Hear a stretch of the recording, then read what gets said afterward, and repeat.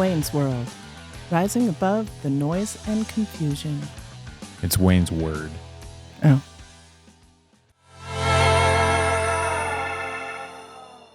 Welcome to Wayne's Word. My guest today is my good friend Derrick Wilburn. We've known each other a long time. I used to bounce you on my knee. That's how long I've known you. No, not quite. I actually think I may be a month or two older than you. I don't Keep know. going. But Keep going. Long time. Anyway, it's great to see you in person. It's been a long time. Good to be seen by you, my friend. Yeah. As you know, it's good to be seen by you. It's been a challenging season. Yes, it has. I think for both of us. I spent the last couple of years with a medical condition they never figured out. I was in the hospital off and on frequently. Spent about 12 days at a major diagnostic hospiel, and they couldn't figure out what was wrong, but it was debilitating. You're an enigma. They can't figure you out. It was completely debilitating, but it was episodic. I mean, I was fine much of the time, but when I wasn't fine, I wasn't fine. So you couldn't plan anything. I had to sort of find time to work around these episodes that kept occurring. Man. And we don't know. I have some theories as to why I am doing better now, but I won't get into that. It's good to be back. And I know, Derrick, Amen. that you have had a lot more of a struggle than I have recently. Can I you tell don't me know about that? I mean, yeah, I can get into that. And I don't know. Everyone's struggle is everyone's struggle. And this is hard for me to talk about. It's very personal. It's very private. It's very emotional. Last year, my wife was diagnosed with stage 4 cancer. So horrible. If anybody that's never been there, I hope you never go there. So she had a massive surgery, 7 hours, couldn't get it all, removed many organs from her abdominal cavity, hospitalized for 3 weeks, got home from the hospital, strengthened up, and then went straight to chemotherapy. 6 months of chemotherapy, strengthened up from that, back to the hospital for another surgery. This one was about 6 hours, and another 2 weeks in the hospital. And it's miserable. We just had empty nest. So I'm husband, father, grocery shopper, cleaning. I mean, I'm taking care of it. She's in chemo. She's messed up. But we found out in August that she's cancer-free. fantastic. That is great. She has less cancer in her body than I have in mine right now. And then in September, so she gets cancer-free in August. And then in September, I get diagnosed with a brain tumor. Did you think you had a brain tumor and you went in and said, hey, check me for a brain tumor? No idea. And this is a good lesson for people. I mean, I've been the healthiest person I've known my entire life. I don't get sick. I rarely catch a cold. That's like me until the last, about 3 years ago, I became ill, but I don't call in sick. Yeah, getting old is not for cowards. I have been blessed with good health my entire I've been blessed. life. I'm a gym rat, as you know. Yeah. 205 pounds, 12% body fat. I just running, jumping, all that stuff. Right. And that can change like that. Yeah. As was the case with my wife, as was the case with me. So I started having these muscle spasms in my right leg, which I now know were seizures. I didn't connect those dots. My leg would just kind of do this number here. And I was like, oh, it's weird. Well, Uncontrolled motion. Yeah. Uncontrolled motion, 30 seconds. Yeah. And then it wouldn't happen again. And then it did happen again. And then it started happening on a relatively normal basis, a few times a week. And finally, I'm in with my doctor for my annual physical. And I told him what I just told you. And he said, I don't know what that is. We better send you to a neurologist. Go to a neurologist, told her what I just told you, and she said, I don't know what that is. We better send you in for an MRI, for imaging. Get some pictures of your brain and your spine, make sure everything's fine. Okay, so I go for the MRI, and they slide you in the tunnel, and you lay in there for an hour. And they slid me out of the tunnel, and the technician comes in the room, which they aren't supposed to do, as you know. Right. It's a sterile environment. It's a sterile environment, and that's a super magnet, right? If you've got a pacemaker in, it's coming out. It'll yank the jewelry right off of your neck. Right off your neck. Wrist. So he comes in and he says, I made a phone call to the on-call neurosurgeon, and they want you to check yourself into the ER right now.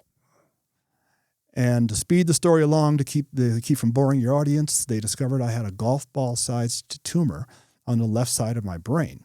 And I don't know how tight we are with that camera. If I don't know if that's visible or not. But that's, you can kind of see the seam. They literally removed the top of my skull, popped it off like a baseball cap and set it on the table. And over the course of the next 10 hours, removed a tumor that was huge. And I had no idea. So from there, you go to ICU. From ICU, you go up to recovery, and one thing leads to another. So now I'm in physical therapy. Had to start off by learning how to walk again. You know, when your brain's disconnected, you lose a lot of motor function. Tumor was on the left side, so I lost control of my right side. That's how it works, and vice versa. So you first learn how to walk, and then you move to more fine motor skills, brushing your teeth, tying shoelaces, stuff like that. And I'm still learning some of those things, and I get fatigued easily. Bright lights are a bad thing. Oh, great. You're sitting here under the bright lights. I'm good for an hour. Okay. But I haven't attended our school board meetings. We'll talk about that in a minute, because it's those bright white fluorescent lights, and those meetings can be 3 hours. Sure. And you just reach the point where I can't handle it. But I'm on the way back. They got it all. I went in for imaging on Friday, just a few days ago. People don't know when we're recording this, but just a few days ago. Mm-hmm. And they inject you full of the goop that makes your brain glow green and the tumor red or whatever. Right. Contrast. Right. And they got almost all of it. Sent all the slices off to pathology, came back negative, non-cancerous, and it doesn't appear to be regrowing. So I made it. I know all about that contrast dye. They pump that into you, and you get this warm sensation. From I could taste it. Could you taste it? Oh yeah, yeah. Definitely actually has a weird taste. It, but weird. Yeah. Did they put yours in the arm? Yeah. Exactly. Right. So we went through all that. It's been a long couple of years, but God is good. I learned some things that I needed to learn about being patient, and I learned some things that I needed to learn about myself medically that I would have never discovered because I thought I was fine. Mm-hmm. I'm getting close to being diabetic. Glucose numbers are a little high. I gotta pre-diabetic. Gotta relax on the ice cream and all that stuff. And if this hadn't happened, I would have never known until I was a diabetic, and a few other things. So there's blessings in everything. I've been blessed in not ever having been diagnosed with cancer. What is that like? Can you tell people what is it like when they come in? It's indescribable. When they, you think of other people, like you say, you wonder what's it like to be told by a doctor, sit in a doctor's office and be told. I just can't imagine that would be just a bomb. We went to so there were symptoms and we didn't know what it was, of course. So we finally get referred to an oncologist, and we'd gone to the lab where they'd taken blood to see what your levels are. And you have something called a cancer marker or a tumor marker. A normal cancer marker is between 20 and 40. So if you're between 20 and 40, nothing to worry about, mm-hmm. right? That's perfectly normal. Her first cancer marker number was 1,300. Oh, wow. It was eating her up. And we just had her checked 2 weeks ago. And she's now at 3. Oh, praise God. Praise God. That is fantastic. And you are also cancer-free. Yeah, my tumor was completely benign. No cancer there. Thank the Lord. That for a couple to go through that one after the other, that has got to be a challenge. Well, we'll turn this into the Derrick Sob hour. My dad died in August of 22. My wife gets diagnosed in 23. My mom died in November of 24. Election night. Yeah. Wow. She got so excited over Trump that she died. It's just the only way. Is that serious? No, it's not serious. She had been she had dementia, and it becomes a matter of time. Yeah. So it's been a rough 2-year stretch, but 2025 is going to be loaded with blessings, and all that stuff's in the rearview mirror. We're only getting better. What advice would you give for somebody who, not only was your life, you were given, a diagnosis that could have meant your life, and certainly your wife was. Do you have any advice for people how to get through something like that? All I can say is lean into faith. Now, I am a person of faith. My wife led me to the Lord, which in my case, that means Jesus Christ. Back when she was my girlfriend, we've now been married 30 years. And without faith, I don't know how I could possibly have made it, because you're believing in a power higher than yourself, because there's nothing that you and yourself can do. Right. Nothing I can do besides rely on doctors in the medical profession.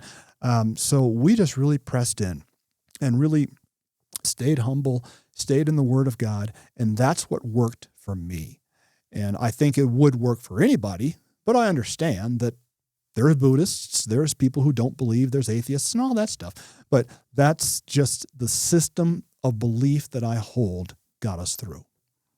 That's great to know. Couldn't have done it without it. Yeah. I share something with you in that my wife really led me to God, to Jesus Christ. I have been an off and on believer most of my life leading up until that point. And then I met someone who really believes, who is truly faithful and truly thankful and is truly humble to God. And it changed my life. Sounds like a very familiar story. Yeah. So I give thanks for that. Not sure that's the only way for anyone to make it. I'm not saying that. It works very well for me. It's really grounded me. Derrick, you and I also have something in common in that we have brought up some very good kids over the years. And I think you're an outstanding parent, just simply based on your children's success. The evidence tends to present itself in that particular. Tell me a little about your children and how you brought them up to be as successful as they are. We've got 3, and I think we're going to show the video that put me on the map, so to speak, in the education realm. Yeah, where I discuss the 3 things that I taught my children, that they are victims. They're victims of 3 things: their own ignorance, their own laziness, their own poor decision making. That's the basis, but. To describe the awards and accolades my children have earned, we'd be here all day. Right. To make it short, my oldest is a 2018 graduate of the United States Air Force Academy, and he's all the cords around his neck at graduation, 3.8 GPA, it's salutatory, and all this different stuff. Student council. Both of our boys did Civil Air Patrol and promoted to the rank of major and earned the Amelia Earhart Award, all these different things. He then went to the Air Force Academy, graduated in 2018, got accepted into flight school, graduated in 2020, and he currently flies the KC-135 out of Spokane, Washington, Fairchild Air Force Base. He's promoted to the rank of captain. Last year, he was made a PIC, pilot in command, so he's now in charge of the deal. And we just found out at Christmas that he's now being promoted to IP, instructor pilot. Every squadron has an instructor pilot, and he's going to be the new instructor pilot for his squadron up in Spokane. So he's flying those great big jets all over the world. He's got a captain's paycheck. He bought his first house in 2020 when he moved up there. Both of our oldest 2 children purchased their first homes before their 24th birthday. Our daughter is our middle child. She graduated in 2019. She graduated with 56 college credits. So she did the concurrent enrollment through college pathways at the Classical Academy. So she walked on campus at school almost a junior and graduated in 5 semesters. Right. And she also was track and field and all the saluted kumbaya and all that stuff, whatever you call it. All the academic accolades. All the stuff that I never available. got. All that stuff that I never got. And my son, the oldest one, had 9 state medals, track and field, cross country. He ran for the Air Force Academy as a recruited athlete. Our daughter was a jumper.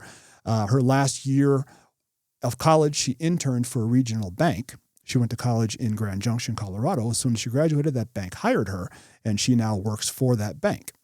So she's out there, bought her first home, got married, and she's on her way. And our youngest just graduated high school in 2023. And he was 4-year president of his class, valedictorian of his class at one of the most academically challenging schools in the country, frankly. His brother had 9 state medals. I think he had 12, multiple state championships. He's a tremendous runner. He runs, I have no hope of catching this kid. And he now is at the Colorado School of Mines, where he is studying for a degree in quantum physics. We both live in an area. We're both in Colorado. And this is a state that has advocated and allowed school choice since the early 1990s. And you talk about your child who had college credits when she went into college, quite a few of them, enough to be a junior. I actually spoke with a young woman once who graduated from a school called Colorado Early Colleges. This would be a charter school. Yep, I know it. In Colorado Springs. I believe it's probably all over the state by now, with the schools around the state. That's my understanding. But she had graduated from high school and concurrently, upon getting her high school diploma, got her bachelor's degree in engineering.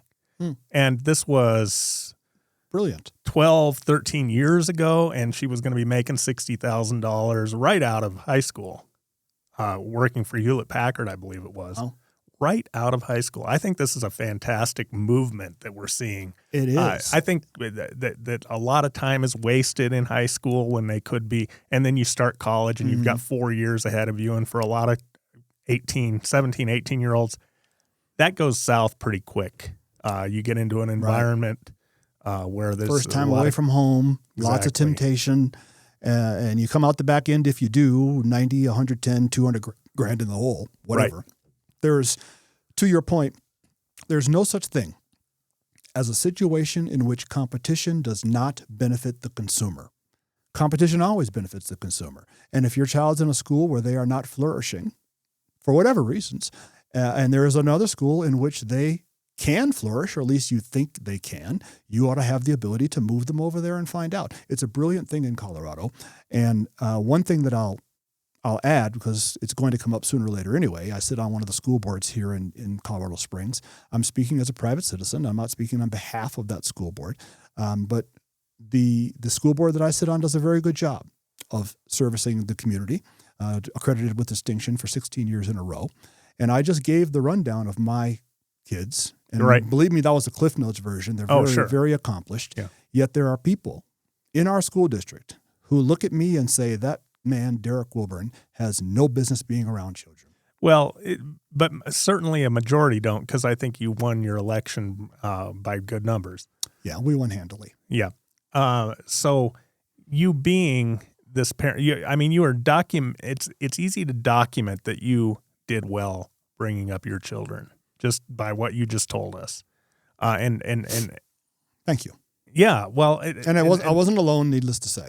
No, obviously. And but did this lead you into wanting to be a member of an elected school board where you are playing a big role in governing a major school district? It did. I thought, we've done it successfully. I like to think. None of our kids have ever been in a detention hall. They've never been suspended, never been in any kind of none of that stuff. They have no idea. Of the three of them, only our oldest knows what it's like to get a B before college. He got a B+ in something. Yeah. Our oldest, our youngest, again, he went to very academically challenging school, graduated with the highest grade point average you possibly could, because he took all the advanced placement classes that were offered and got 100s in all of them. 4.99, 77, 42, whatever all that stuff is. So sure. I thought, I've been in and around education. Our kids are 4 years apart, almost to the month. So I had a graduating high schooler and a graduating 8th grader each time. So we got a lot of time inside the building, a lot of time in parent-teacher meetings, just a lot of time observing what works and crafting our children's education to be what's best for them. And we ended up with a pilot, a banker, and soon-to-be physicist. Imagine if our school system produced more of that. Wouldn't that be fantastic if most children could go on to adult lives like you've described? My oldest two, none of our kids have any debt, academic at all. I mean, the only debt they have is the homes they've purchased, right? But they have no academic debt. That's not debt. You don't. Yeah, that's good debt. Right. You don't pay to attend the Air Force Academy, of course. That doesn't cost anything. Our daughter had enough scholarships and what have you that she got out of there debt-free. And our youngest, the same thing. He's a recruited athlete, so he's getting some scholarship money to run. Plus, he's getting academic scholarships. He was one of the Colorado Springs Gazette's best and brightest, yes, which kicks in $500 a semester or whatever. He piled up enough of those that his education, he won't have any debt when he finishes his master's degree in 3 years in quantum. And I don't even know what half of what he's studying is. So why did you want to go into governing public education? is there something wrong with public education? Because these stories that you're telling are not common. The numbers are quite opposite of that, where we have a majority of children in middle schools and high schools who cannot perform at grade level based on very low state standards. It's moving the wrong way. Of course, that's regional. You have cities like Baltimore, Maryland, where not one graduate of the public high school system, not one, was grade proficient. And I think there's 7 high schools, 8 high schools, what have you. So some places are worse than others. It was moving in the wrong direction. And when I campaigned, I said this, not tongue-in-cheek, but I said, let's teach them reading, writing, arithmetic, history, science, and civics. Leave the rest to mom and dad. Now, that may be unattainable or a little bit idealistic, but it's not a bad model. Let's focus on academic performance. That's what we need to do. If we're going to produce pilots and chemists and lawyers or what have you, professionals who move into the middle and upper middle classes earlier in life than later, the foundation of education before the 10th grade is paramount. And that's what I wanted to see happen. And I think in District 20, it is happening. But that was my motivation. Now, for those who aren't familiar with District 20, which would be most people, this is a major school district in the northern part of Colorado Springs, which is the second largest city in Colorado, soon to be the first. It will demographers believe it will overtake Denver's population in the next 20 years. Our county already has. And this school district is unique because it is home to the United States Air Force Academy. It is home to Focus on the Family. It is home to a number of military and civilian institutions that have traditionally leaned right of center. I think most people in the military traditionally have been at least slightly center-right. They're fighting for a country that the left doesn't even think is a good country. And so you have people in the military willing to put their lives on the line to give up years of their life because they think it is a great country. So that district is populated with people who vote. It's a very conservative area. And what's going on in the schools in that district? You would think that those would be extraordinarily, traditional schools in some sense. Yeah, we're doing well. I mean, of course, there are some schools with more struggles than others. But speaking in a general sense, we're doing well.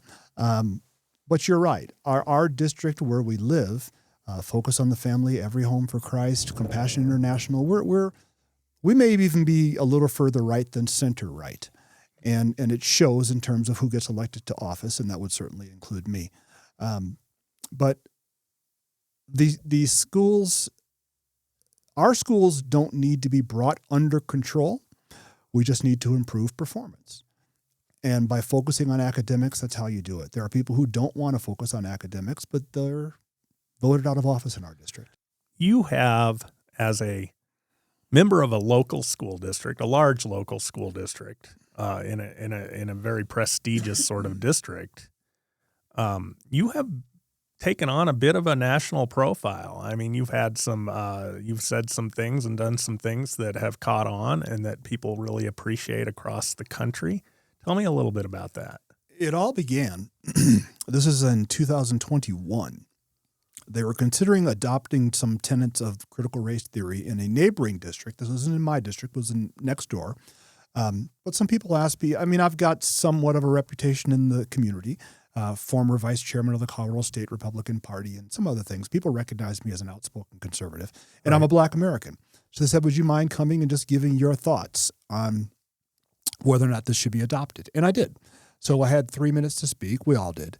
And I spoke for 3 minutes on why I personally do not think including critical race theory is a good idea.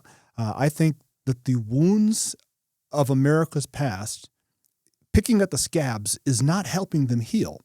So I basically got up and said, I'm not oppressed. My children aren't oppressed. And this is not helping. It's moving us in the wrong direction. Had no idea at that point in time that video would go on to become, I recently found this out, Wayne, just within a matter of a couple of months. That video became one of the 5 most clicked on and viewed videos in the world for almost 2 years. And you can't plan that. I mean, sometimes the man, the moment, the message are together in the same place at the same time. God breathes on it, and away we go. But that kind of began the journey. Prior to that, I already had begun running an intern program, which I still run to this day, Right. Trying to just bolster the education of Black Americans. And it all just came together in the same place at the same time. Spent all my money trying to make a difference. Like to think that I am. But that speech, which I didn't have prepared, if you watch it, I think we're going to. I just got up and spoke off. This is just what's in my spirit and my heart. I wasn't reading notes. I never read notes. You've seen me speak a lot. I don't think people like being read to. So I have a skeleton in my mind. I have my bullet points I want to get to. Then I just put the meat and tendons on the bone as I go. And it ended up just blowing up the internet. George, can you pull up the clip of Derrick blowing up the internet? Go ahead. Good evening, board. I'd like to begin my comments tonight by reading a quote, which in essence is the genesis of all of this Black Lives Matter, social justice, CRT conversations we're having in our country today. Quote, "I am not going to stand up to show pride in a flag for a country that oppresses Black people and people of color," close quote. Colin Kaepernick, August 2016. I am the direct descendant of the North American slave trade. Both my parents are Black, all 4 of my grandparents are Black, all 8 of my great-grandparents, all 16 of my great-greats. On my mother's side, my ancestors were enslaved in Alabama. On my father's side, we were enslaved in Texas. I am not oppressed. I'm not oppressed, and I'm not a victim. I'm neither oppressed nor a victim. I travel all across this country of ours, and I check into hotels, and I fly commercially, and I walk into retail establishments, and I order food in restaurants. I go wherever I want, whenever I want. I am treated with kindness, dignity, and respect, literally from coast to coast. I have 3 children. They are not oppressed either, although they are victims. I've taught my children they are victims of 3 things: their own ignorance, their own laziness, and their own poor decision making. That is all. My children, we are not victims of America. We are not victims of some unseen 190-year-old force that kind of floats around in the ether.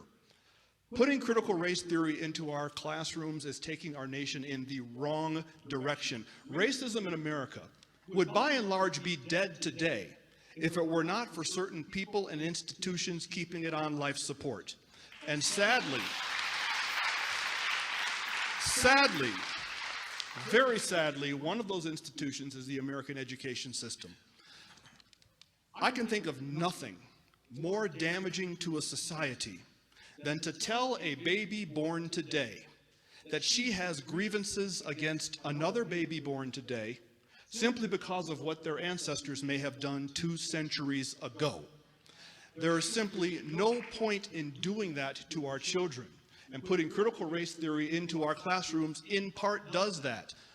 Putting critical race theory into our classrooms is not combating racism, it's fanning the flames of what little embers are left. I encourage you to support this resolution. Let racism die the death it deserves, and let's keep living the life of the country that we are. Thank you. Wow. What was the resolution that you were talking about?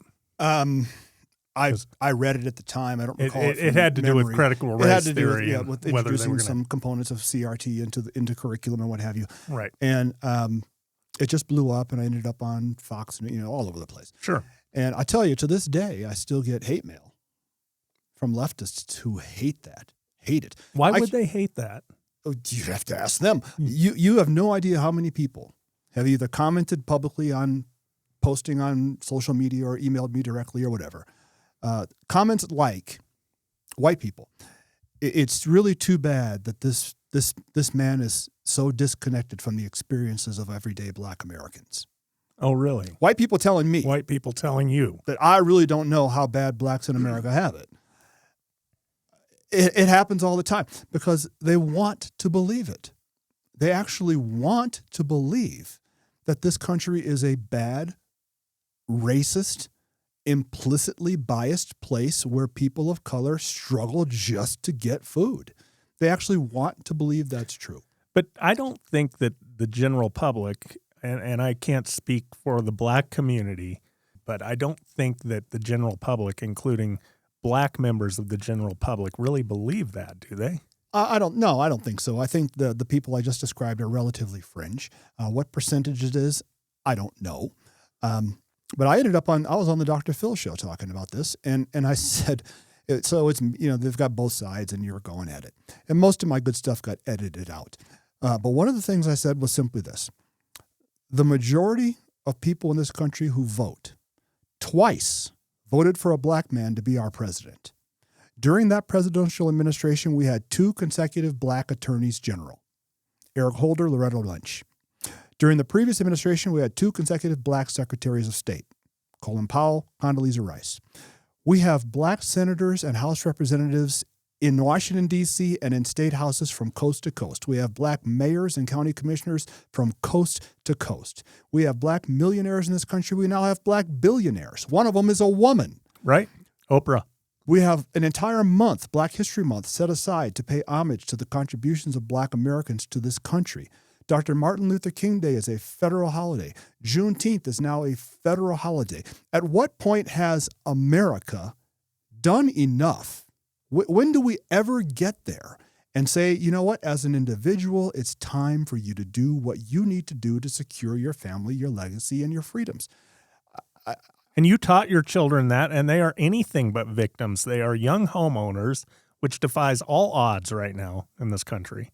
24 years old, both of them, before 24. And my oldest will probably have 2 homes before he turns 30.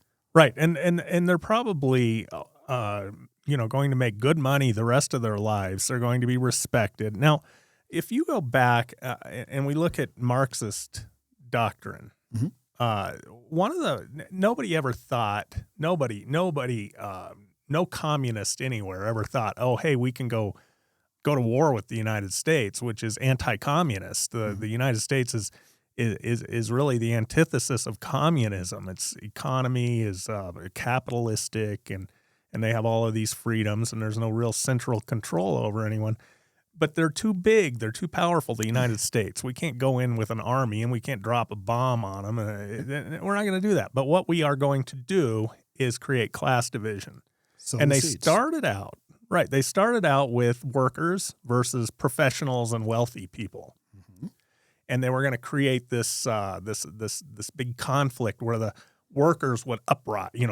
They would take down the United States. Never worked because workers in this country are just they've given up on that, because workers in this country, even though right now they're not as happy as they would like to be, we're seeing all sorts of instances of that. Mm-hmm. And corporations need to be ethical and moral in exercising their rights, and we could use a little more of that. But the fact is, there was never enough consternation between those two factors. Strife. So my theory is they changed the game plan. We're going to exploit racial division, ethnic division. We're going to pit these people against these people, and we can weaken the United States and the country that stands for liberty. To that. So in Marxism, it was the bourgeois versus the proletariat. Right. And we have similar things in the country right now. But this is the only, I shouldn't say the only, but one of the only countries, probably the first country, where you can be considered impoverished and have a refrigerator, an apartment with air conditioning and heat, an automobile, food, cable television, and be considered. You want to see poverty? Jump on an airplane and fly to one of these second or third world countries in South America and Africa, and that's true poverty, right? And by the way, all the international carriers sell one-way tickets, but people never go there and stay there. No. They go there and come back. I talked about Colin Kaepernick. He went to the village. He traced his ancestors to the village in Africa from which they came and went there and took a camera crew and did the dances and wore the garb and all that stuff, and that's great. But then got on that plane and went right back to his 4,500 square foot mansion in Oakland and got back in his Jaguar. Yeah. So America, perfect? Of course not. But it's the best game in town. And that's why you see all these people who complain about this nation and complain about this, that, and the other, while using a $600 smartphone connected to the internet on a free connection at Starbucks, sipping on a $4 coffee. Right. And we're this racially divided country where it's full of white supremacy. This is the narrative we get from DEI and CRT and all of these, all of this sort of left-wing indoctrination. We're that country, except that I don't know of any other country with nearly the number of ethnic and racial minorities relative to white people trying to break into this country. They're trying to get in here. They will risk life and limb to get here because you can do what your children have done in this country, regardless of what the color of your skin is, where you grew up, where you were born, any of that. All kinds of people that fit that script. There are people who lash together boats made out of bathtubs and old tires that they stole off a junk heap, put it in the water, and risk being eaten alive by 10-foot-long fish just to get here. You don't see anybody doing that to get out of here. Just to get here, and if they have to live in a cardboard box, they still think they're better off. They still, and in many cases they are. And here's what you see. Once they get here, any city in Miami, San Francisco, Kansas City, New York City, take your pick. You walk down the street in these cities where their economies haven't been destroyed, and they got Junior out front sweeping the sidewalk. Open the door, mom's at the hostess station seating people at the tables. Daughter is waiting on the tables. Dad's in the kitchen cooking the food. Grandpa is washing the dishes. They're just here making it happen. Right. Because they had no idea or no ability to do that where they came from whatsoever. And they've died and gone to heaven when they get here, and you can just simply work and be okay. Happens all the time. You can simply start. If you don't have a job, you can simply start something. I mean, in my neighborhood here, there's a man who has been selling for 15 years. He's been selling out of the back of his car. What's that? Tamales. He sells tamales out of the back of his car. Well, I'll take 12.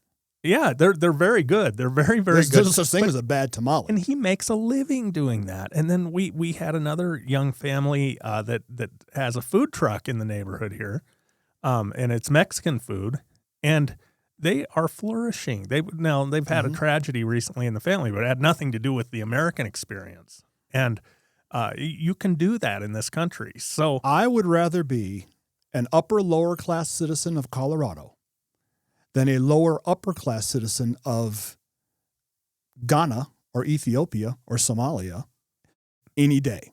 Sure. And apparently there's a lot of people like me, like Ilhan Omar. Now, do you think, look, a lot of non-white children, particularly, whether they're Hispanic, Black, Asians do very well in this country, and they have for a long time, but they are told that they are at a disadvantage, as you have mentioned. They are told this. How do you deprogram a child? Because I think that's very bad for the child. It's in the home. You can't. It has to be. So the reason my children are the way that they are is because I'm the way that I am, and I'm the way that I am because my father was the way that he was. So my dad wasn't hearing it, coming home with these racism excuses and stuff. He just plain didn't want to hear it. My dad used to tell me, Derrick, you know what? We don't pretend racism isn't real. There is racism. There are racists, of course. Absolutely. There are going to be people who don't like you because of the color of your skin. You cannot let somebody else's attitude determine your future. You take control of you. And if somebody else doesn't like you because of your skin color, that's not your problem. You know, there's an old saying, what somebody thinks of you is none of your business. Exactly. And he also told me that, you may have to come in a little earlier. You may have to stay a little later. You may have to put in another 10% to stay even. So that's what you do. You don't complain about it. You don't cry about it. Yes, it isn't fair. Life isn't fair. Get your butt in earlier. He just didn't want to hear it. And my dad was successful. We weren't wealthy by any stretch of the imagination, but my parents made it into the upper middle class.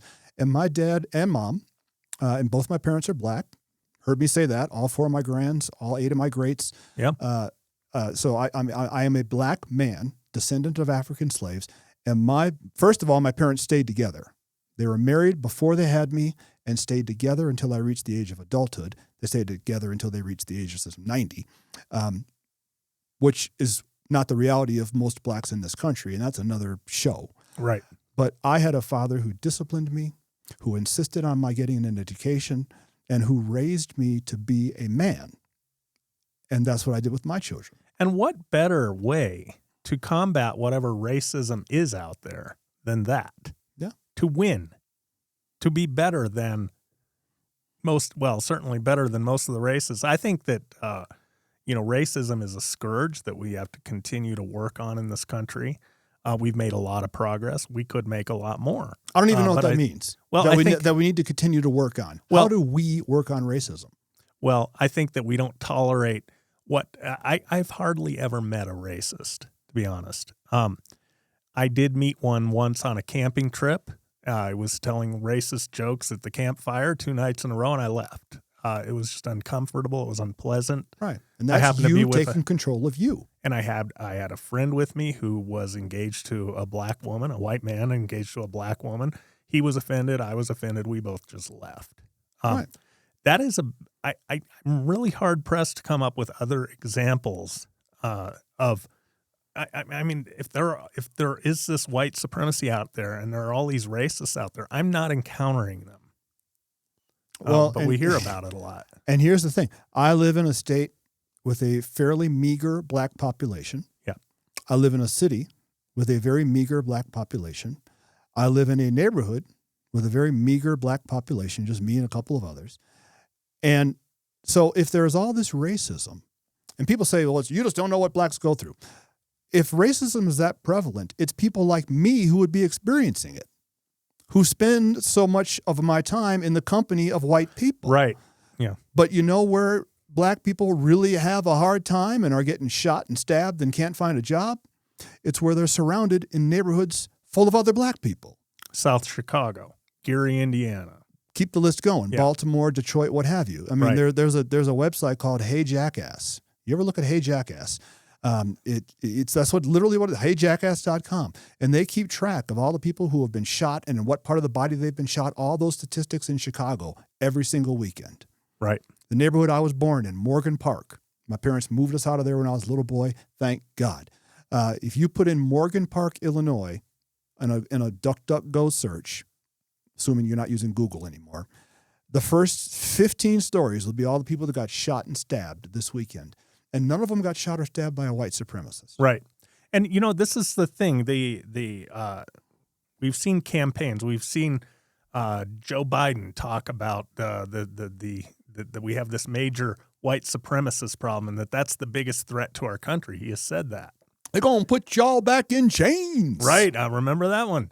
I think that this didn't work for the left, and they've spent a decade or two really emphasizing this, and it didn't work for him. And I think, and correct me if I'm wrong, but this is my view of it. It didn't work for him because there are so many of us out there of various different skin tones and ethnicities and races and backgrounds. I don't even like the term race because I do not consider you and I have a different race, frankly.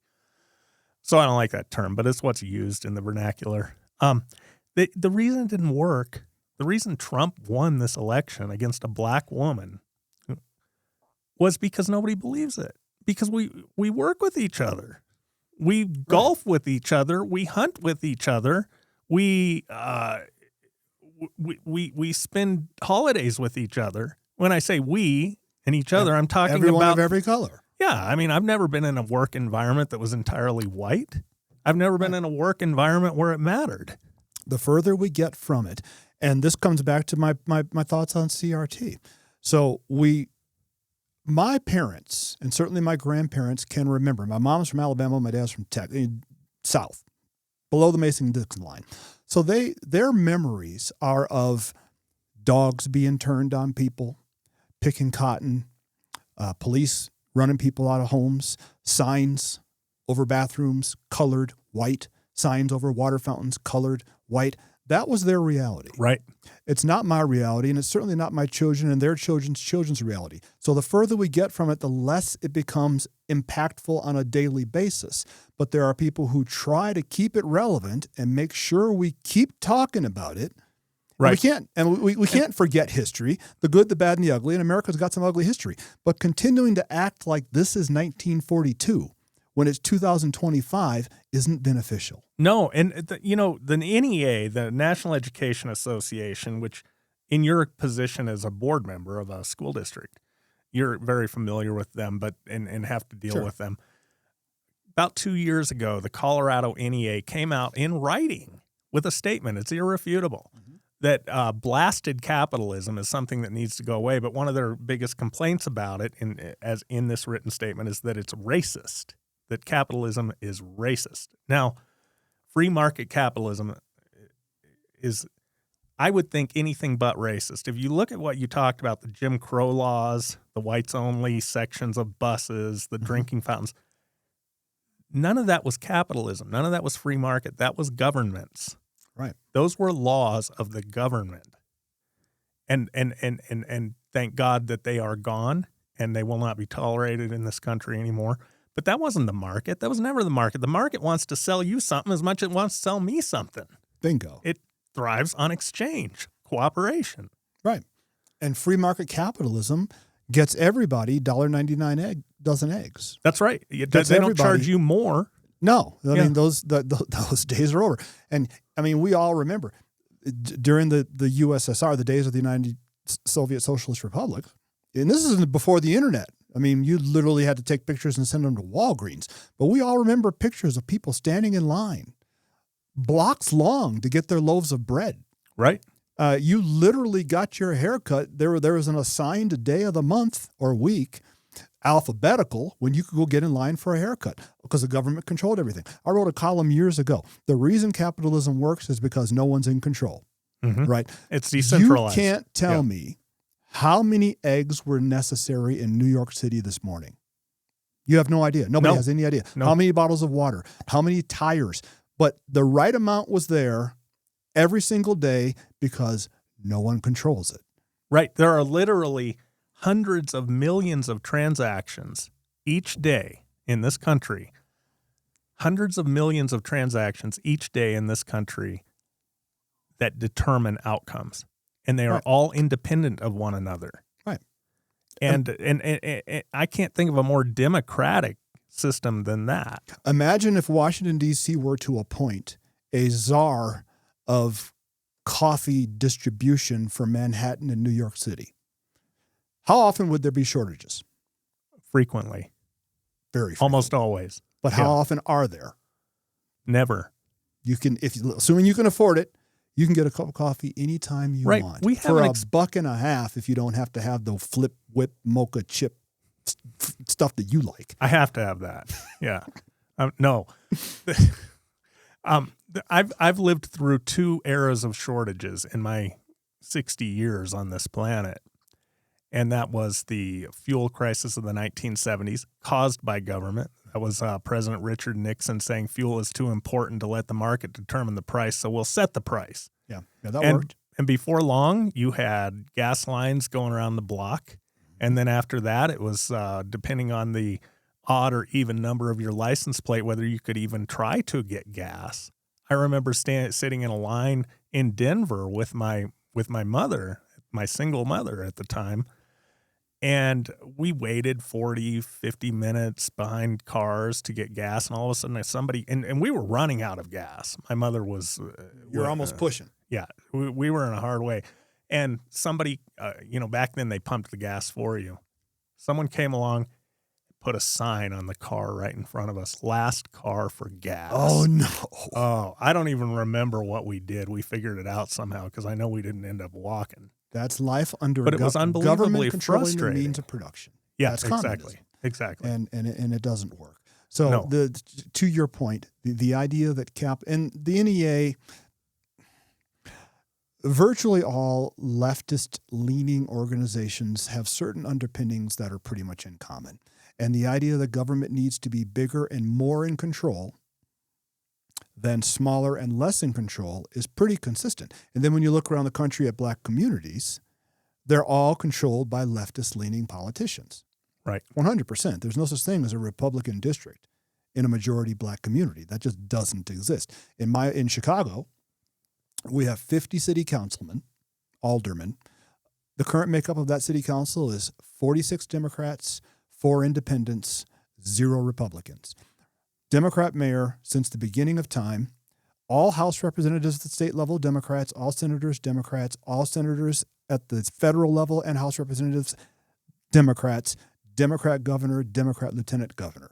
And that's true of Detroit, Gary, St. Louis, around the country you can Washington, go. D.C. I know them all. I have them all memorized. Birmingham. I could sit here and I've done this on other shows. Right. St. Louis, 26-member city council, 26 Democrats.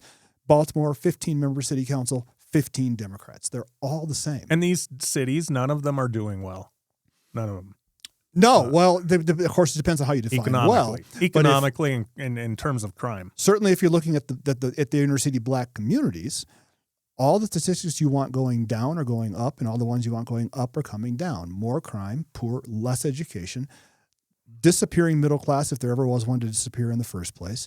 And you've got young men in their 20s who should be in a job, in a career field, on a path to purchase their first home, get married, begin a family, all that stuff, sitting on porches all morning, all day, doing a whole lot of nothing. And when I go back to my old neighborhood in Chicago in Morgan Park, you see this all the time. Well, and now there's this mind virus. It's not new, but it's certainly become more effective in recent years that says if you are unsuccessful or if you are committing crimes, it's really not your fault. It's society's fault. You've heard that one, haven't you? Lack of personal responsibility. And so... But it's not that. No, it's not. That's not what we're told. We're told that it's the white supremacy or the bigotry, the racism, whatever it is, poverty. If you robbed a liquor store, you're not really a bad guy. You're poor, and you're poor because there's a rich guy. Well, and it's the most flawed logic imaginable. So what they'll do, okay, you robbed a liquor store, you got arrested. We introduced 0 cash bail. So you're arrested, you're fingerprinted, you're photographed, you pinky swear to show up for your arraignment, and we let you go.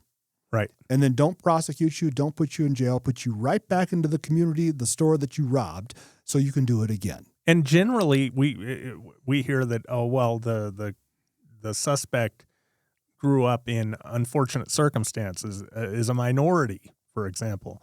Almost always the victims of these crimes are minorities, it seems like. We're hurt. You know what? The world's foremost neurosurgeon, brain surgeon about 10 or 15 years ago, Dr. Ben Carson, was born and raised in the projects in Detroit to a single mother of 2 boys and who couldn't read herself. Right. And became the world's foremost neurosurgeon.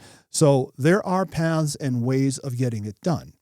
And the George Floyd riots, for instance, and to my way of thinking, George Floyd was murdered. He was unnecessarily killed. It didn't have to happen that way. Right, sure. And I was upset about it, but I wasn't so upset about it that it made me go out and steal a TV. Okay, it didn't change me in terms of my behaviors and my actions in that sense.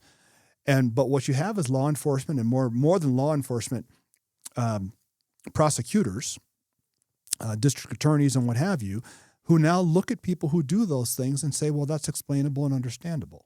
Right. They do. And then you get George Floyd becoming, well, it is horrible what happened to him. And I believe he was murdered, and it never should have happened.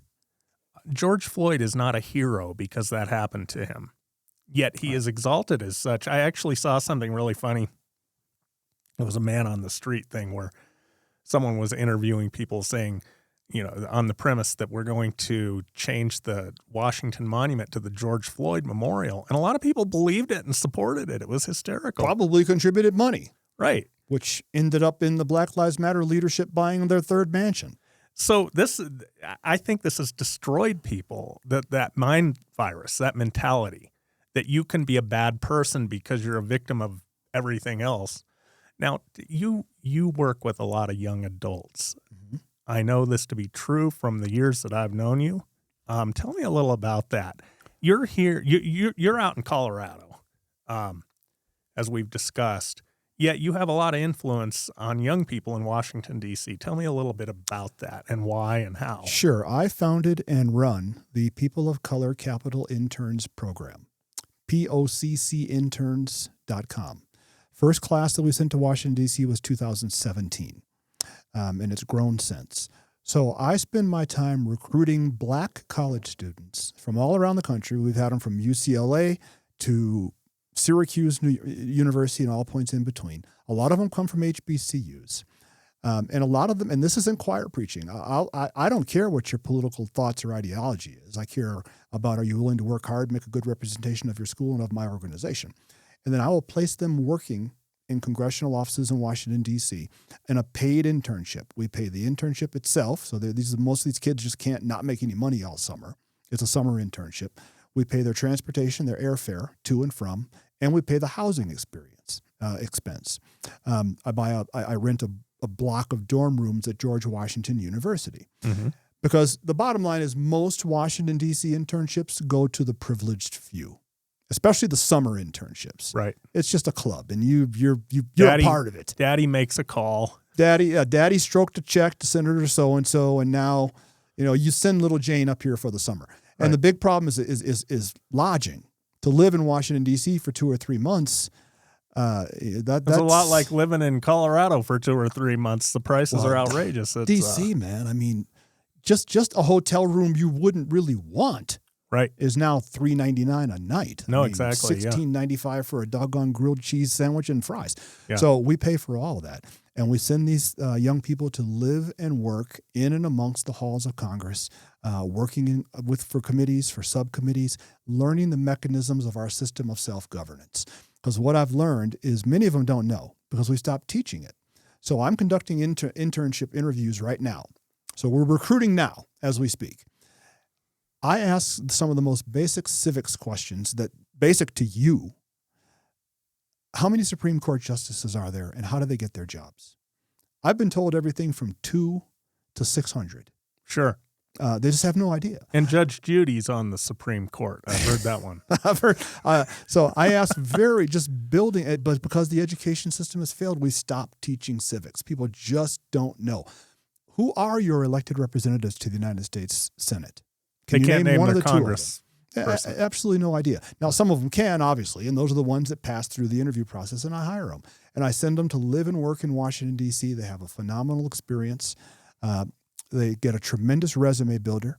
They meet people that most of us only see on TV, people who are influencing national and world policy, and some of them get hired.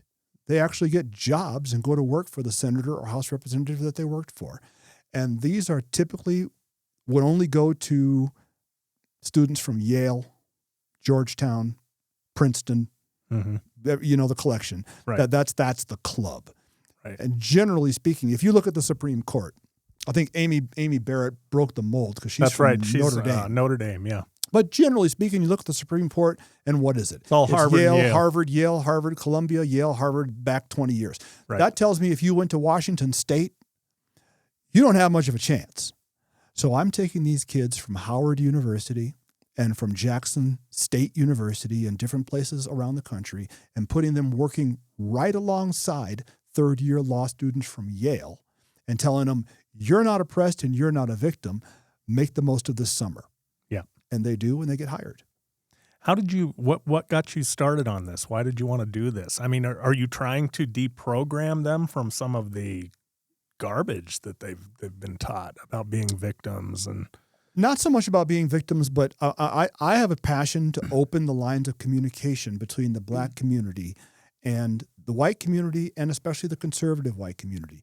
Look, if I didn't vote for you, if I don't agree with you, fine. I don't have to hate you. And unfortunately, we get a lot of that.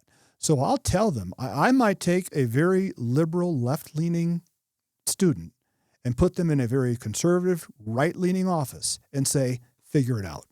mm-hmm. Work together for the summer, get along. And they learn how to do just that. So We Black Americans are about 13% of the national population. Mm-hmm. However, on Capitol Hill, we're only 2%.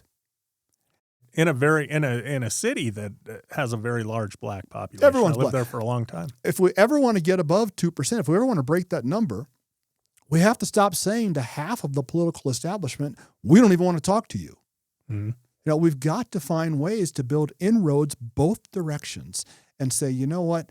There's no situation in which competition doesn't benefit the consumer. You may be a Republican. I may be a Democrat.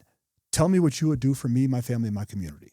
Earn my vote or my respect, but let's at least begin talking. I'm very glad you're doing this program because I went through something very much like it. There was no racial component to it, but it was the National Journalism Center. This is where I met my wife, Dee Dee. And you punched above your weight classification. I hear that 10 times a day, and it's true. It's very true.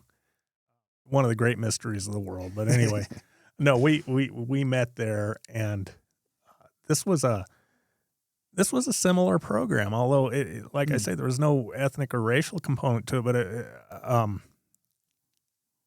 M. Stanton Evans, one of the great authors and journalists of all time, if you ask me, he wrote the Sharon Statement, which created the big tent for the conservative movement that got Reagan elected. Mm-hmm. He's a Yale man and a high intellectual. He's deceased. But he started a program called the National Journalism Center. It was funded by a number of big foundations around the country, I think including the Coors Foundation. Okay. And basically, he would bring recent journalism graduates or journalism students at the college level, usually in their junior year or graduated, and he would teach them differently than they had been taught in college. J schools are a little bit like law schools, very radical left. Most of them are. And you come out and you have this very sort of perverse understanding of the way economies work and sociology, and mm-hmm. he worked very hard at detangling that mindset. Very noble. It's very noble. And the fruits of it are obvious. I mean, you look at any of the big name center-right journalists today, and they went through that program. Gutfeld would be a classic example. Mm-hmm. Just really, I mean, it's a long list. It's a long, impressive list who went through that program. Mm-hmm. And, I got you. And they succeed because they have a different view than 90+% of journalists who they're competing against. Yeah. Same is true of my interns. They're most of them are flourishing, doing very well post-experience. The education, the so-called higher education establishment, universities and colleges, are moving more and more towards teaching what to think, not how. And so in conducting these interviews, virtually all of the kids that I interview, and some are right-leaning conservative, some are left-leaning Democrat, Republican. Most of them are just, hey, I'm 19 years old and I don't know what I don't know. But at that age, at 19, 20 years old, all you know for the most part is what you've been taught. Because that's the only place you've been. You've been in the school system your entire life. Right. So that's really shaped you, almost more so than your parents. They're all convinced, for instance, that man-caused climate change is real, that mm-hmm. we're destroying the planet and we've got to change our carbon footprint, all that stuff. They all believe it's real. And I said to one of them just the other day, yesterday, Florida State, Florida International, one of those schools down there. I recruit a lot out of Florida. And at this particular school, all incoming freshmen have to take a climate class your freshman year, mandatory mm-hmm. class. And of course, we know what they're being taught. They don't need to know the Bill of Rights to graduate from college, but they need to know that the Earth is going to stop in 10, 15 years. I had one actually tell me that if we want to have an Earth to walk on, we have to change. Right. And I said, if we don't walk on the Earth, what are we going to walk on? Where's it going to go? So this child, the young adult was telling me, climate change and the existential crisis and the oceans rising and all this stuff. And I said, in this mandatory class, and I asked, do they present both sides? Do they bring in speakers and presenters to present the alternate view to the one that they present? And his response was basically, what alternate view could there be? There's no alternate view. You can't alter fact. So I said the following. I said, how old the Earth is, nobody knows. Nobody knows. Some people say it's 6,000 years. Some people say it's 600 billion years. Nobody truly knows, but it's old. It's old. Been here a long time before we got here. Yeah. Okay, this has been around for a minute. Mankind has been able to measure atmospheric temperature and oceanic depths for about 140 years. Right. That is That's not even what a we've got. second in time. It's not even a tenth of a And how accurate those were the first couple of decades, we don't know that either. But we got about 140 years of data. Yeah. So I said, the same people who will tell you that the dinosaurs died off 165 million years ago will also tell you that based on 140 years of collected data, we can reach definitive conclusions about what's happening to the Earth's atmosphere. Does that seem reasonable to you? And it was dead silence for 10 seconds on the phone. Had never even considered that. That had never been presented. And my point is that should be presented because that's teaching how to think, not what. Right. So after 10 seconds, well, I've never really thought about it that way. And I said, well, maybe we should. How do we know that 10,000 years ago, the Earth wasn't a half a degree cooler, and we've been in a cooling cycle for 10,000 years, and now we're coming back into normal? Right. How do we know that? We don't. How do we know that an Earth that's another half degree warmer on average isn't better Well, and let's for human activity, for growing seasons in nations that people are starving? How do we know any of this stuff? And for the sake of argument, let's say they're 100% right.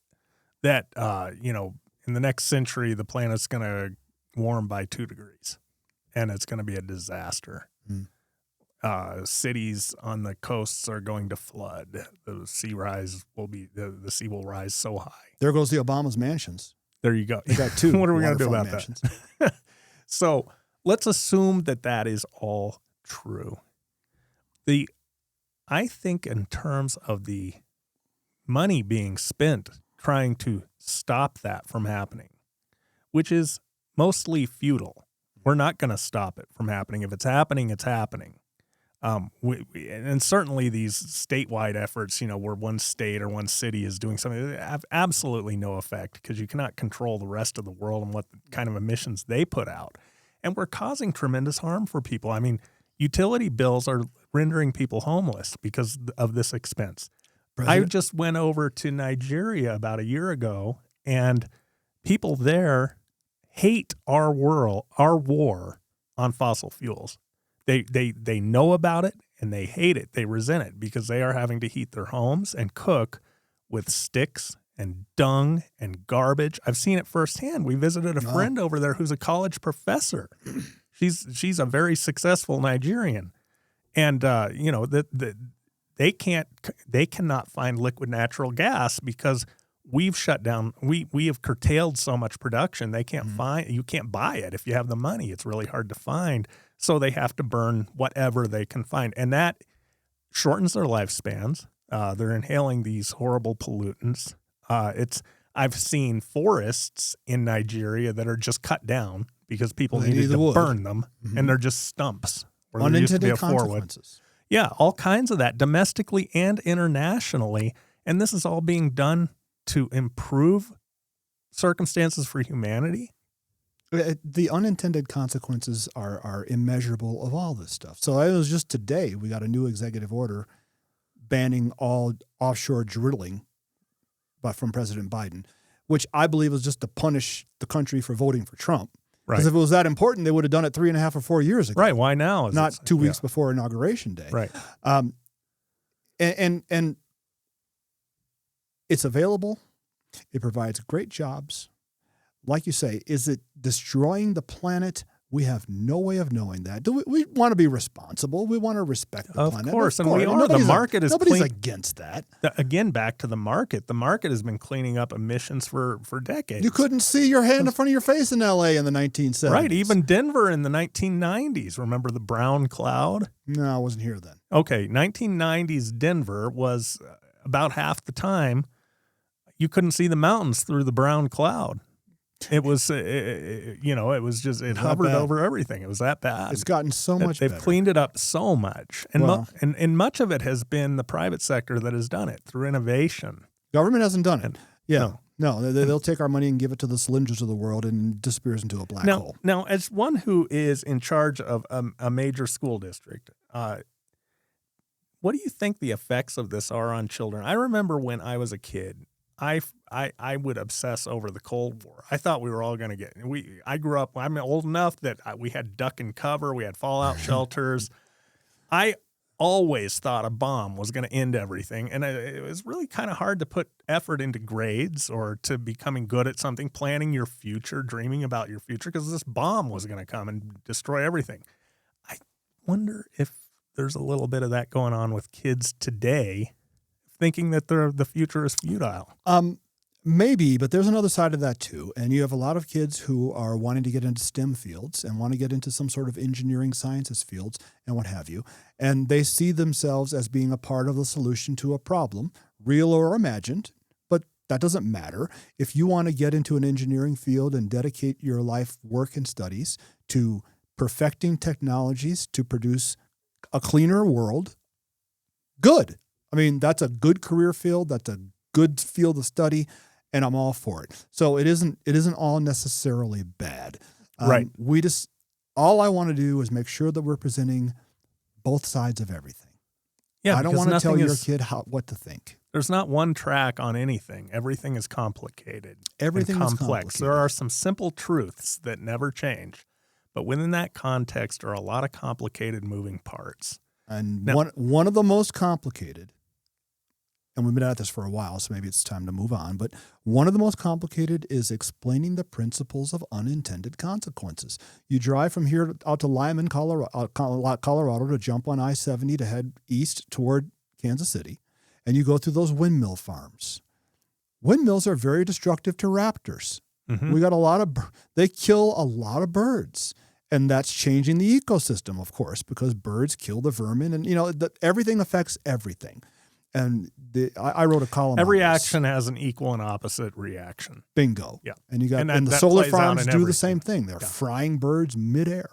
So yes, it may be solving a problem, but it's creating a problem or two as well. Now, if the 2 or 3 problems being created are smaller than the one being solved, maybe we're fine. But let's teach kids how to examine that entire spectrum.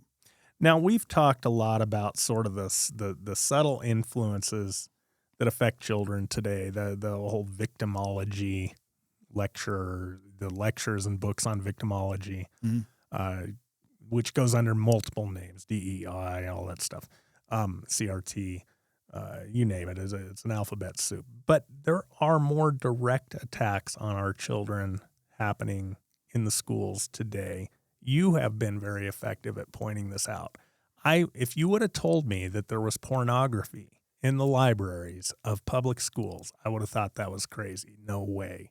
That doesn't exist. You're exaggerating. Mm-hmm. You may have found something in a library that you don't like, for philosophical, political reasons, whatever. Mm-hmm. But is there porn in the libraries of our children's schools? And we're discovering more and more the answer to that question is yes. Of course, not all schools and school districts are created equal. But this was really brought to the forefront by Governor Ron DeSantis of Florida in 2022. When he put together a commission, they discovered 170-something of these books, and they're very, very graphic, and rolled out an initiative and held a press conference to introduce this initiative. And the very news networks that showed up to cover the press conference couldn't air the contents of the video on the 10 o'clock news, lest the FCC come down on them and give them a fine and shut them down. Right. So there is stuff in your children's library that you literally cannot broadcast over the public airways. It is that offensive. It is that inappropriate. You could put it on a pay-per-view channel and view it, but to just put it on the 10 o'clock nightly news, can't do it. Okay, so I'm in school. I'm a public school student, and at the lunch table, everybody's talking about these books that are in the library. The kids know they probably shouldn't be there, but they're kind of excited about it. I know from my own childhood. Well, actually, I know from being in college even. during my college years, there was general knowledge about some of the naughty books. And that's not a problem. It's college students. We could handle, those are adults, young adults, but adults. Yeah. But we all knew about them. It was fun to check them out, bring it to a party, hang out in the dorm room. Look at this. I got it from the library. Okay. This has got to be going on in the schools. These books are not sitting there just like undiscovered. I know if I was in the 8th grade, I would have known about it. Yeah. And what a lot of people say is, if you don't want your children to check those books out, just put a block in place where they can't. Well, there's other ways to view them besides checking them out. You just take it to a desk or to a table, or there's other ways of having access. Yeah. And providing that access runs into all kinds of issues. Paramount for me is responsible expenditure of my constituents' tax dollars. So the customer base of a school library, the constituents are 100% children. Right. That's all that can – those are the only people who are going to access these books. How bad are they really? Is this a political, philosophical thing where you just don't like the message of a book? I mean, how bad is it? Those are two different questions. You said, how bad are they? Then you said, how bad is it? How bad is the situation? It depends on the district, and it depends on the schools. I'll answer your first question second. How bad are they? There's a number of books. I don't know what that number is. I'm going to call it 3 dozen that are extremely explicit. This is, sometimes it's cartoons. It's not actually pictures. It's animations, but they leave nothing to the imagination. Absolutely nothing. And then there are some books who actually put children in the position of potentially endangering themselves by using the internet to find sex partners and things like that. Why anybody would want that in schools, I don't really know. But if my position is simply this, it shouldn't be in schools. If you as a parent want your child to have access to those materials, that's none of my business. Jump on Amazon and buy a copy. But nobody's saying that parents shouldn't be able to expose their children to whatever level of sexual education, however they want to do it, however they want to teach that. Right. If they want their children,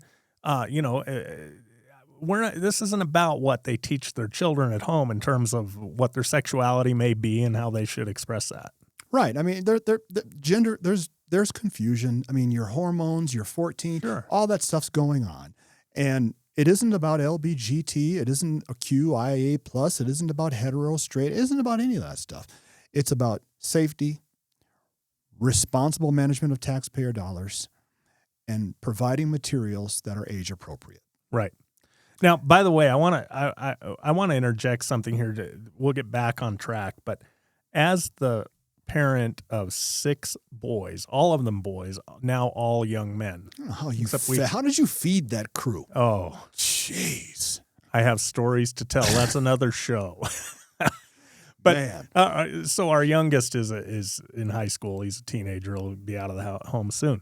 But I will tell you, having brought up 6 boys, more than, and I'm not going to name names here, more than one of them as a young child, 4, 5, 6, up to 8 years old, it wasn't unusual that they wanted to put on, a couple of them put on girls' clothes. They would pretend and I had 2 of my kids in ballet for a while, and they, but seriously, there are parents out there who would think that if Johnny puts on a dress at 7, mm-hmm. Johnny was born into the wrong body. We have that going on. It's strange. Maybe Johnny was born in the wrong body, but I don't think he knows that at 7 or 8 years old. I wrote a column once called "We used to call them tomboys." Right. Yes. So you had girls 7, 8, 9, 10, 11 years old, whatever they were, and they preferred catching frogs and racing bicycles to playing with Barbie dolls and putting on dresses. We called them tomboys. And they were fun to play. We always had tomboys in the gang. Always had. When I was a kid. The idea of looking at that 11-year-old and saying, well, we should give her hormone blockers to prevent and cut those breasts off and let her be who she wants to be. They're children. That's still. my point. None of my boys grew up to be cross-dressers or transsexual in any way. Not that if they did, I would love them. I'd support them. That's not the point. They just The point didn't. is they were 8 years old. Yeah. They're 11 years old. And if I they're had children. been one of them, I know a person, I know people who would run off to, to the nearest hospital that does sex changes. And on children, they use puberty blockers, chemical castration. Some of them go farther than that because of what I saw among 7 and 8 year olds.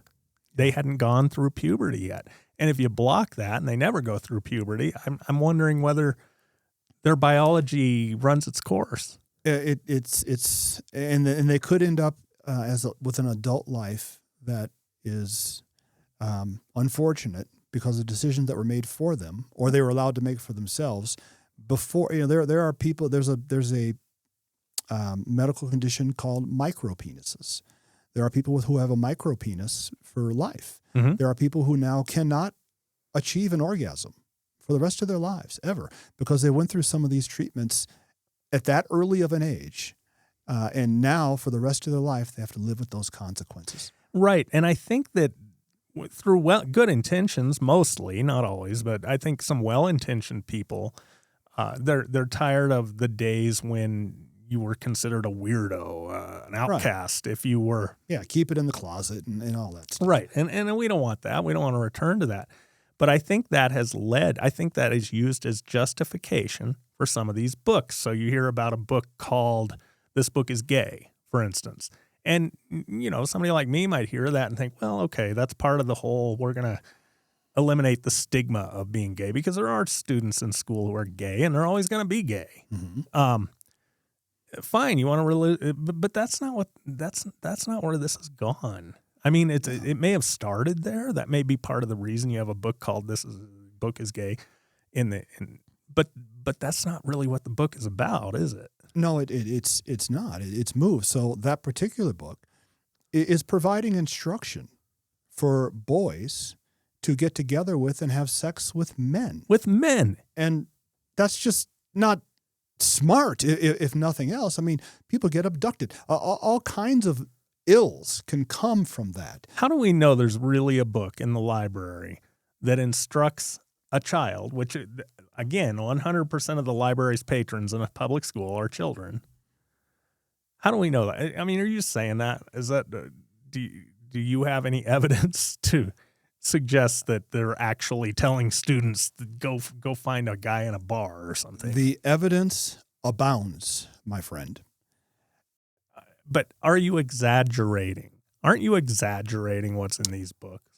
This is really easy. All anyone watching this has to do is get a copy of it from the public library if you don't want to spend your money. Okay. And read it. And what are they going to see? I believe we're putting images up on screen as we speak, are we not? George, before you do that, George, the producer, is gonna put some material up for you to see. And the only reason we're putting it up is because to see it is to believe it. To not see it is to think that this gentleman across from me is exaggerating, or that he has some sort of a hang up against the LGBTQ community, which I assure you he does not. I don't. Let me, this is really important because there's going to be people watching this who know who I am. Right. I'm going to put my position on this right on the table, and I've been consistent. This is what I've said my entire life. Who you go to bed with at night is none of my business. It doesn't involve me. It doesn't concern me. You're not looking for my permission. You don't need my approval. I need to keep my great big fat nose out of it. Now, I draw from a Judeo-Christian ethic, and the Bible that I read says, as far as the morality of the whole thing goes, the Bible that I read says, judge not lest you be judged. Before I consider the needle in your eye, get the plank out of my own. In other words, unless my situation is perfectly straight and clear and 100% righteous, I better not be judging anybody else. And brother, I got issues, a lot of them. Sure. So I don't judge anybody. That's the morality of it isn't between you and me. That's between you and God. And I just stay clear from it. I just want to protect children. So what you have on the screen right here, these are direct quotes pulled from that book. And people can read them for themselves. I don't know how graphic you want to get speaking, but this is actually what's in the book. I didn't write the book. This is just what's in there. Right. And this, I don't want to read any of this. It's garbage, but there are portions of this that advocate that the children want to be with men. I mean, it says men. Big, hairy men with big, we'll leave out the rest. It's on the screen if you want to see it. It's, and I think this is very clearly, and I don't understand how we are tolerating, let alone advocating. We have people out there advocating that children read this book so that they can go find a sex partner who is a big, hairy man. Well, I think we've got a couple of more. So this is 32 through 51. I think we've got a couple of more of these images. Oh, sex apps. And here they are and how to use them, right? Another people can read. We haven't made any of this up. We're not sensationalizing it. If you get a copy of this book, these are direct quotes. Yeah, these are direct quotes from the book. Don't have to take anybody's word for it. These passages are likely in books in a public school library near you. Correct. In all likelihood. And the next one, I think, is where we get into exactly how to use. There it is, number 156. So upload a pic of yourself. I mean, all this stuff. Number 5, if you're looking for ubiquitous fun, don't use these words because those words are banned and they can get you flagged, and it might be more difficult for you to arrange an arrangement. Right. With a man, with an adult. Derrick, it has been fantastic to have you on. I really have gained a lot of insight just talking to you today. So thank you for taking time. I know that you're still recovering from a trauma, and I really appreciate you making time to be here and to share your insights with the public. The pleasure's been all mine. And actually talking with you, having just had a part of my brain removed, actually made it a little easier. So that of course that worked. Of course. That worked in my favor. I needed to get you after you had a part of your brain removed and weren't fully recovered yet, although you're doing pretty good. But I'm getting better fast. I think this was a better match than normally would have been the case. So, yeah. Thanks. Thanks for having a brain tumor, Derrick. Just life throws you curveballs, man. It does, but you don't let them knock you down, do you? That's just the key. You just keep getting up and keep scrapping. So glad to come back anytime. You know that I love you like a brother, and you're talking about important stuff. I hope you have a ton of success with this podcast. You get viewers all over the place, and you're gonna change the world. Well, let's hope for the better. Let's hope. Thank you, Derrick. Have a good night. Once I rose above the noise and confusion, just to get a glimpse beyond this illusion. I was soaring ever higher, but I flew too high. Though my eyes could see, I still was a blind man. Though my mind could think, I still was a madman. I hear the voices when I'm dreaming. I can hear them say, carry on my wayward son. There'll be peace when you are done. Lay your weary head to rest. Don't you cry no more.